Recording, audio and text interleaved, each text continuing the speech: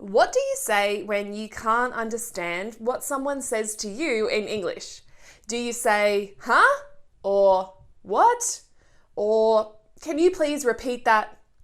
These phrases are not very natural. They're a bit awkward.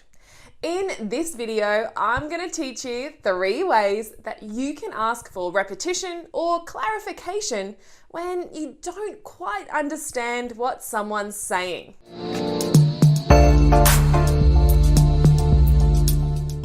Stop saying, I don't understand. Can you please repeat that in English? The first situation is when you can't hear a word. You might actually know the word, but you missed it. The second situation is when you don't know the meaning of the word, as in you heard it properly, but you don't know what it means. And the third situation is when you can understand most words, but the connection between them is not clear. We can't understand the whole idea, and so you need repetition. Okay, let's start with the easy one, when you can't hear a word. So sometimes it's not your English that's the problem. We just can't hear something clearly. Maybe you got distracted for a second, or maybe the person you're speaking to spoke too quickly. Or maybe a big truck just drove past us. All you need is repetition. But what's the best phrase? Let's imagine that your friend says, I'll meet you at 6 in front of the big truck. Huh? Nope, we can't say that. But instead, we can say, what was that? That's it. Pretty easy, right? What was that? As in, what was the last thing you just said? What was that? This is a great question that you can use all the time to ask someone to repeat a word, a phrase, or even a sentence. So there you go. What was that? Is your new best friend. Just a little tip here.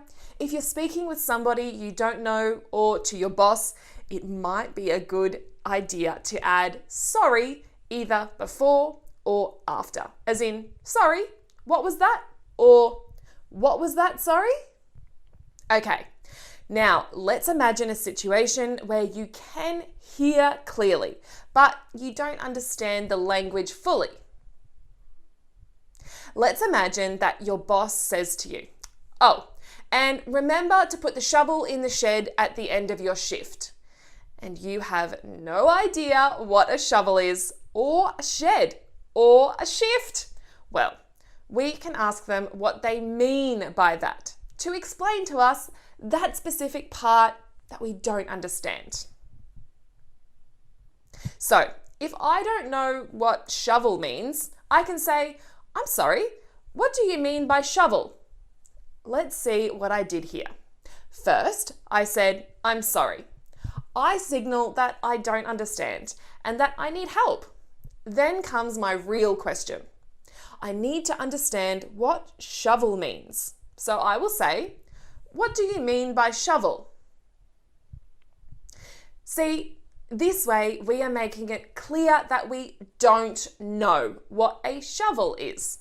We don't need just repetition, but we need explanation. If he just keeps saying the shovel, shovel, shovel, he is not really going to help us, right? So when you are not sure about a specific word, you can say, I'm sorry, what do you mean by, and then say the word. As in, I'm sorry, what do you mean by shovel?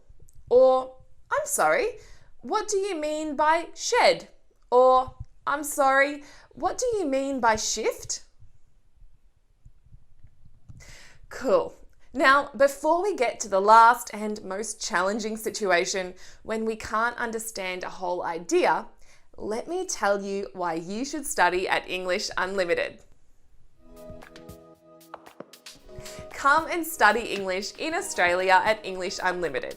We have schools in all of Australia's best cities and some of the best teachers in the world as well. Not only will you improve your English, but you'll also meet lots of friends and have a life-changing time. Click the link in the description below to find out more.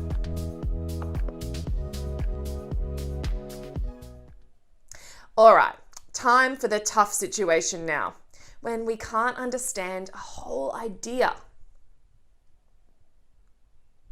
Imagine that you can hear and understand most of the words someone said, but the connection between them, it's unclear.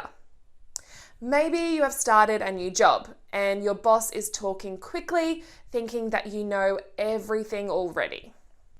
Let's imagine he says to you, "Please call John. I'm sure he won't respond because he's on holiday, but he's the only one who knows about this order and we need it by tomorrow.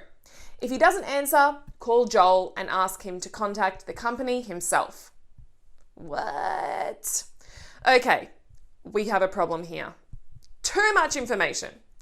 I am sure we understand most words he said, but we can't follow this idea easily. Well, that's a different story. So, what can we do here? A great way to start is saying, "I'm sorry, I'm not sure I'm following." Again, we start with our nice, "I'm sorry," but also add, "I'm not sure I'm following." This really just means I don't understand, only it sounds better, and people use it all the time. So that's our first sentence. I'm sorry, I'm not sure I'm following.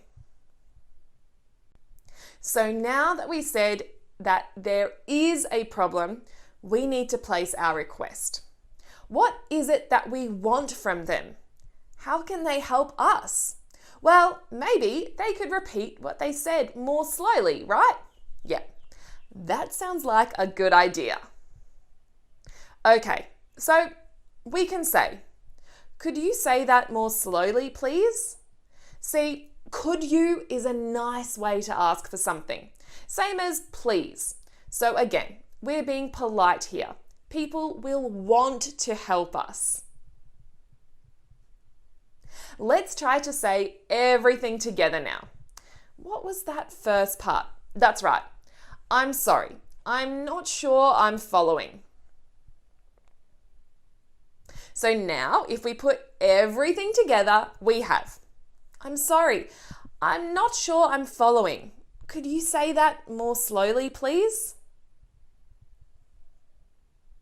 Great. So now you're all set for any situation. See, you can use this at work, at school, at home, at a shop, just anywhere.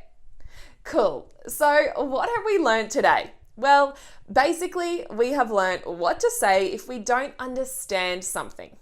And how do we do that? Well, let's take a little quiz so you tell me. Okay, here we go.